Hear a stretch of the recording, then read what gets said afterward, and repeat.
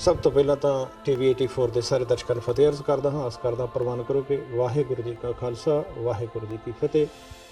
ਅੱਜ ਅਸੀਂ ਜੂਨ 84 ਦੇ ਘੱਲੂਘਾਰੇ ਦੀ ਵਰ੍ਹੇਗੰਢ ਮਨਾ ਰਹੇ ਹਾਂ ਤੇ ਮੈਂ ਆਪਣੀ ਕੌਮ ਨੂੰ ਇਸ ਵਿਸ਼ੇ ਤੇ ਇੱਕ ਸੰਦੇਸ਼ ਦੇਣਾ ਚਾਹੁੰਦਾ ਕਿ ਆਪਣੀ ਆਉਣ ਵਾਲੀ ਪੀੜ੍ਹੀ ਨੂੰ ਵੱਧ ਤੋਂ ਵੱਧ ਐਜੂਕੇਟ ਕਰੋ, ਵੱਧ ਤੋਂ ਵੱਧ ਪ੍ਰਿੰਟ ਮੀਡੀਆ ਤੇ ਇਲੈਕਟ੍ਰੋਨਿਕ ਮੀਡੀਆ ਦਾ ਇਸਤੇਮਾਲ ਕਰੋ, ਠੀਕ ਢੰਗ ਨਾਲ ਕਰੋ ਤਾਂ ਕਿ ਸਾਡਾ ਜਿਹੜਾ ਸਹੀ ਮੈਸੇਜ ਹੈ ਉਹ ਦੁਨੀਆ ਦੇ ਸਾਹਮਣੇ ਆ ਸਕੇ। ਅਸੀਂ ਅਗਲੀ ਜਨਰੇਸ਼ਨ ਨੂੰ ਇਹ ਸਮਝਾ ਸਕੀਏ ਕਿ ਸਾਡੇ ਨਾਲ ਕੀ ਕੁਝ ਵਾਪਰਿਆ ਤੇ ਉਹ ਅੱਗੋਂ ਬਾਕੀ ਦੀ ਦੁਨੀਆ ਦੇ ਸਾਹਮਣੇ ਇਸ ਵਿਸ਼ੇ ਨੂੰ ਰੱਖ ਸਕਣ। मेरे आशिया का तो कुछ नहीं जल रहा है, जल जाए मगर इन हवाओं को रोकिए ना जले जो चमन सारे जहां का है। वाहिगुरू जी का खालसा वाहिगुरू जी की फतेह।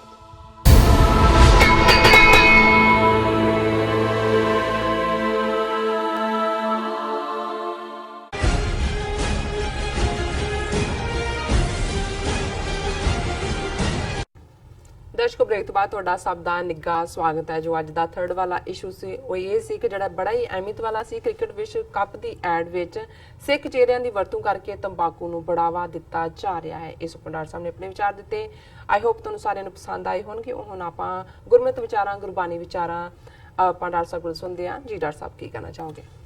ਦੇਖੋ, ਜ਼ਿੰਦਗੀ 'ਚ ਜੋ ਵੀ ਕੰਮ ਅਸੀਂ ਕਰਦੇ ਹਾਂ ਜੀ ਉਹ ਸਵਾਦ ਲਈ ਕਰਦੇ ਹਾਂ। ਬਿਲਕੁਲ ਜ਼ਾਹਰ ਹੈ ਜੇ ਅਸੀਂ ਅੱਡ-ਅੱਡ ਤਰ੍ਹਾਂ ਦੀ ਜਿਹੜੀ ਹੈ ਖੁਰਾਕ, ਸਬਜ਼ੀਆਂ, ਦਾਲਾਂ ਜਾਂ ਹੋਰ ਫੂਡ ਸਾਰਾ ਖਾਂਦੇ ਹਾਂ, ਭਾਵੇਂ ਉਹ ਜੀਭ ਹੀ ਹੈ ਜਿਹੜੀ ਉਸ ਸਵਾਦ ਨੂੰ ਦੇਖਦੀ ਹੈ ਪਰ ਸਾਨੂੰ ਤ੍ਰਿਪਤੀ ਮਿਲਦੀ ਹੈ। ਇਸੇ ਤਰ੍ਹਾਂ ਜਿਨ੍ਹਾਂ ਨੂੰ ਅਸੀਂ ਵਿਕਾਰ ਕਹਿੰਦੇ ਹਾਂ ਜਾਂ ਵਾਈਸਿਸ ਕਹਿੰਦੇ ਹਾਂ, ਮਨ ਨੂੰ ਤਾਂ ਹੀ ਕਰਦਾ, ਉਹਦੇ 'ਚ ਉਹਨੂੰ ਕੁਛ ਨਾ ਕੁਛ ਤਾਂ ਵਕਤੀ ਤੌਰ ਦੇ ਉੱਤੇ ਸੁੱਖ ਮਿਲਦਾ ਹੈ। ਲੇਕਿਨ ਗੱਲ ਅਲਟੀਮੇਟਲੀ ਇਹ ਹੈ ਕਿ ਮਨ ਜਾਂ ਜ਼ਬਾਨ ਜਾਂ ਸਾਡੇ ਅੰਗ ਅਲਟੀਮੇਟਲੀ ਉਸ ਅੰਤਮ ਸੁੱਖ ਨੂੰ ਲੱਭਦੇ ਨੇ, ਉਸ ਫਾਈਨਲ ਸੁੱਖ ਨੂੰ ਲੱਭਦੇ ਨੇ ਜਿਹਦੇ ਨਾਲ ਦੂਜੇ ਸੁੱਖਾਂ ਦੀ ਭੁੱਖ ਜਿਹੜੀ ਹੈ ਉਹ ਮੁੱਕ ਜਾਏ। ਔਰ ਉਸ ਨੂੰ ਹੀ ਅਸੀਂ ਰੂਹਾਨੀ ਆਨੰਦ ਕਹਿੰਦੇ। ਔਰ ਉਸ ਦੇ ਲਈ ਜਦੋਂ ਅਸੀਂ ਮਤਵਾਲਾ ਲਫ਼ਜ਼ ਗੁਰਬਾਣੀ 'ਚ ਪੜ੍ਹਦੇ ਹਾਂ, ਹੁਣ ਮਤਵਾਲਾ ਜ਼ਾਹਰ ਹੈ ਕਿ ਜਿਹੜਾ ਆਸ਼ਿਕ ਹੈ, ਜਿਸ ਨੂੰ ਹੋਰ ਕੋਈ ਚੀਜ਼ ਦੀ ਫਿਰ ਉਹਦੀ ਭੁੱਖ ਹੀ ਨਹੀਂ ਰਹੀ, ਜਾਂ ਜਿਹੜਾ ਅੱਜ ਸ਼ਬਦ ਪੰਜਵੇਂ ਪਾਤਸ਼ਾਹ ਦਾ ਅਲਮਸਤ, ਹੁਣ ਅਲਮਸਤ ਵੀ ਇਹੀ ਹੈ ਕਿ ਜਿਹਦੇ 'ਚ ਮਸਤ ਅਲ ਹੈ ਸਾਰਾ, ਪੂਰਨ ਮਸਤ, ਜਿਹਨੂੰ ਉਹਦੇ 'ਚ ਹੋਰ ਕਿਸੇ ਚੀਜ਼ ਦੀ ਭੁੱਖ ਪਿਆਸ ਹੀ ਨਾ ਰਹੇ, ਜਿਹੜਾ ਰੱਬ ਦੀ ਬੰਦਗੀ 'ਚ, ਰੱਬ ਦੇ ਪਿਆਰ 'ਚ ਇਸ ਕਦਰ ਹੈ, ਜਿਹਨੂੰ ਗੁਰੂ ਨਾਨਕ ਸਾਹਿਬ ਨੇ ਆਪਣੇ ਆਪ ਤੇ ਢੁਕਾਉਂਦਿਆਂ ਹੀ ਫਰਮਾਇਆ ਸੀ, ਕੋ ਕਹੇ ਭੂਤਨਾ ਕੋ ਕਹੇ ਬੇਤਾਲਾ, ਕੋਈ ਆਖੇ ਆਦਮੀ ਨਾਨਕ ਬੇਚਾਰਾ, ਭਇਆ ਦੀਵਾਨਾ ਸ਼ਾਹ ਕਾ ਨਾਨਕ ਬੌਰਾਨਾ। ਇਹ ਬੌਰਾਨਗੀ, ਬੌਰਾ ਕਹਿੰਦੇ ਨੇ, ਬੌਰਾ, ਸ਼ਦਾਈ, ਕਮਲਾ। ਜਦੋਂ ਤੁਸੀਂ ਰੱਬ ਦੇ ਪਿਆਰ 'ਚ ਹੁੰਦੇ ਹੋ ਤੁਹਾਨੂੰ ਫਿਰ ਕਿਸੇ ਚੀਜ਼ ਦੀ ਪਰਵਾਹ ਵੀ ਨਹੀਂ ਹੁੰਦੀ। ਔਰ ਇਹ ਵੀ ਹੈ ਕਿ ਉਹ ਰਸ ਛੋੜਾ, ਇਹ ਰਸ ਆਵਾ, ਇਹ ਰਸ ਆਵਾ, ਉਹ ਰਸ ਨਹੀਂ ਪਾਵਾ। ਜਦੋਂ ਤੁਸੀਂ ਦੁਨੀਆਦਾਰੀ ਦੇ ਰਸ ਸਵਾਦ ਛੱਡਦੇ ਹੋ ਉਦੋਂ ਹੀ ਰੱਬ ਦੇ ਨਾਂ ਦਾ ਸਵਾਦ, ਉਸ ਦੀ ਇਬਾਦਤ ਦਾ ਸਵਾਦ ਤੁਹਾਨੂੰ ਆਉਂਦਾ। ਤੇ ਜਦੋਂ ਇੱਕ ਵਾਰੀ ਉਹ ਆ ਜਾਂਦਾ ਫਿਰ ਦੂਸਰੇ ਪਾਸੇ ਤੁਹਾਡਾ ਧਿਆਨ ਨਹੀਂ ਜਾਂਦਾ। ਅੱਜ ਦਾ ਰਾਗ ਆਸਾ ਦਾ ਸ਼ਬਦ ਮਹਲਾ ਪੰਜਵਾਂ, ਇਹ ਤ੍ਰਿਪਦੇ ਦੇ ਰੂਪ 'ਚ ਹੈ। ਤ੍ਰਿਪਦਾ ਹੁੰਦਾ, ਤ੍ਰੀ ਤਿੰਨ ਨੂੰ ਕਹਿੰਦੇ ਨੇ। ਯੂਜੂਅਲੀ ਦੋ ਜਿਹੜੇ ਨੇ ਸ਼ਲੋਕ ਦੇ ਵਿੱਚ ਦੋ ਲਾਈਨਾਂ ਹੁੰਦੀਆਂ ਨੇ, ਪਦੇ ਅਸ਼ਟਪਦਾ, ਅਸ਼ਟਪਦੀ ਜਦੋਂ ਅਸੀਂ ਕਹਿੰਦੇ ਹਾਂ ਉਹ 'ਚ 8 ਪਦੇ ਹੁੰਦੇ ਨੇ, ਜਿਹੜੀ ਫਾਰਮ ਆਫ ਪੋਇਟਰੀ ਹੈ। ਔਰ ਇਹ ਤ੍ਰਿਪਦੇ ਨੇ।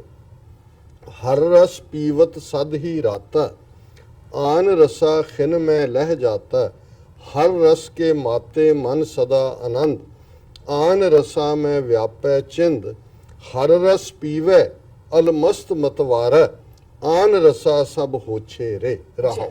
कि रहाओ दी तो एक सेंट्रल आइडिया हुंदी है कि भाई जिन्हें रब दे प्यार दे उस रस नूं, उस एलिग्जर नूं, उस अमृत नूं ਪੀ ਲਿਆ, ਉਹ ਅਲਮਸਤ ਮਤਵਾਰਾ, ਉਹ ਸਾਰੇ ਦਾ ਸਾਰਾ ਸਿਰ ਤੋਂ ਪੈਰਾਂ ਤੱਕ ਮਸਤ ਹੋ ਗਿਆ, ਮਤਵਾਰਾ ਬਣ ਗਿਆ, ਆਸ਼ਿਕ ਬਣ ਗਿਆ ਉਸ ਵਾਹਿਗੁਰੂ ਦਾ।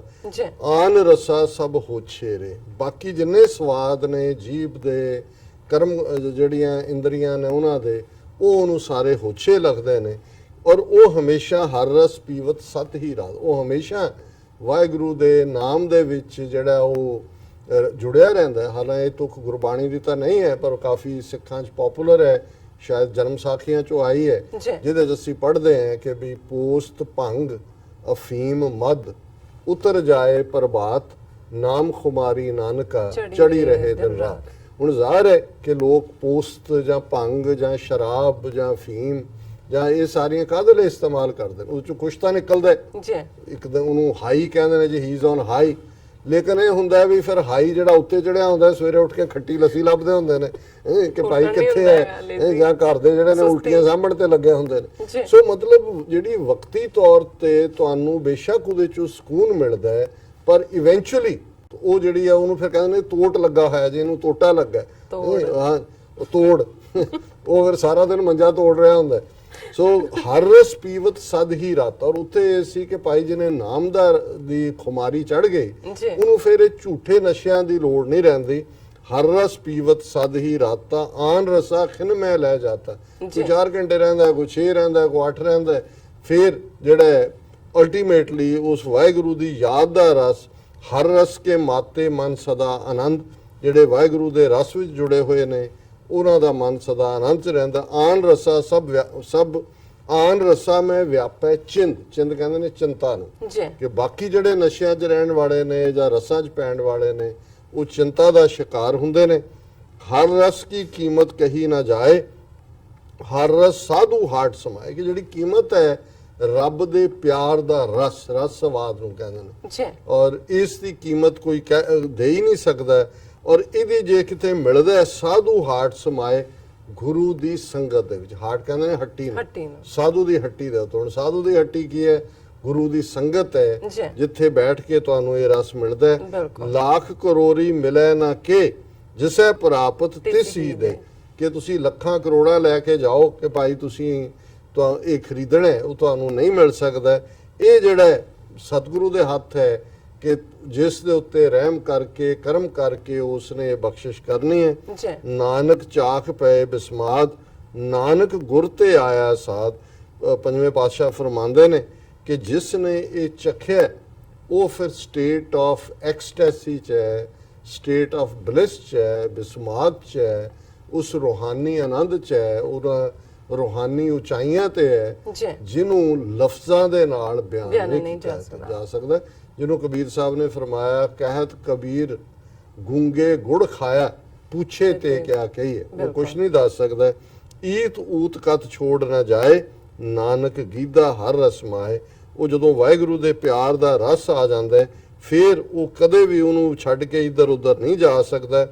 ਗੀਦਾ ਹੁੰਦਾ ਗਿੱਝਿਆ ਹੋਇਆ। ਪੰਜਵੇਂ ਪਾਤਸ਼ਾਹ ਫਰਮਾਉਂਦੇ ਨੇ ਕਿ ਉਹਨੂੰ ਫਿਰ ਹਰ ਰਸ ਹਰੀ ਦੇ ਪਿਆਰ ਦੇ ਵਿੱਚੋਂ ਇੰਨਾ ਕਿ ਗਿੱਝ ਜਾਂਦਾ ਹੈ ਕਿ ਉਹਨੂੰ ਫਿਰ ਕੋਈ ਹੋਰ ਚੀਜ਼ ਚੰਗੀ ਨਹੀਂ ਲੱਗਦੀ। ਇਹ ਅੱਜ ਦਾ ਵਿਚਾਰ ਜੀ ਡਾਕਟਰ ਸਾਹਿਬ, ਤੁਹਾਡਾ ਬਹੁਤ ਬਹੁਤ ਸ਼ੁਕਰੀਆ। ਤੁਸੀਂ ਅੱਜ ਅਹਿਮ ਇਸ਼ੂ ਤੇ ਅੱਜ ਦਾ ਵਿਚਾਰ ਸਾਰੇ ਦਰਸ਼ਕਾਂ ਨਾਲ ਸਾਂਝਾ ਕੀਤਾ। ਅਸੀਂ ਆਪਣੇ ਵਿਊਅਰਸ ਕੋਲ ਲੈਣੇ ਇਜਾਜ਼ਤ। ਵਿਊਅਰਸ, ਸਾਡੇ ਪ੍ਰੋਗਰਾਮ ਦਾ ਸਮਾਂ ਇੱਥੇ ਸਮਾਪਤ ਹੁੰਦਾ ਹੈ। ਤੁਸੀਂ ਆਪਣੀ ਰਾਏ ਤੇ ਸੁਝਾਅ ਸਾਨੂੰ ਭੇਜਣਾ ਭੁੱਲਣਾ। ਸਾਡੇ ਇਸ ਪਤੇ ਤੇ sos@tv84.tv ਤੇ ਅਸੀਂ ਆਪਣਾ ਪ੍ਰੋਗਰਾਮ ਲੈ ਕੇ ਫਿਰ ਦੁਬਾਰਾ ਤੁਹਾਡੇ ਸਨਮੁਖ ਹੋਵਾਂਗੇ। ਤਦ ਤੱਕ ਲਈ ਮੈਨੂੰ ਤੇ ਆਪਣਾ ਸੁਣਾ ਗਿਆ ਦੋ ਦੇਖਦੇ ਰਹੋ TV84। ਬੁਲਾ ਦਿਓ ਫਤਿਹ। ਵਾਹਿਗੁਰੂ ਜੀ ਕਾ ਖਾਲਸਾ, ਵਾਹਿਗੁਰੂ ਜੀ ਕੀ ਫਤਿਹ।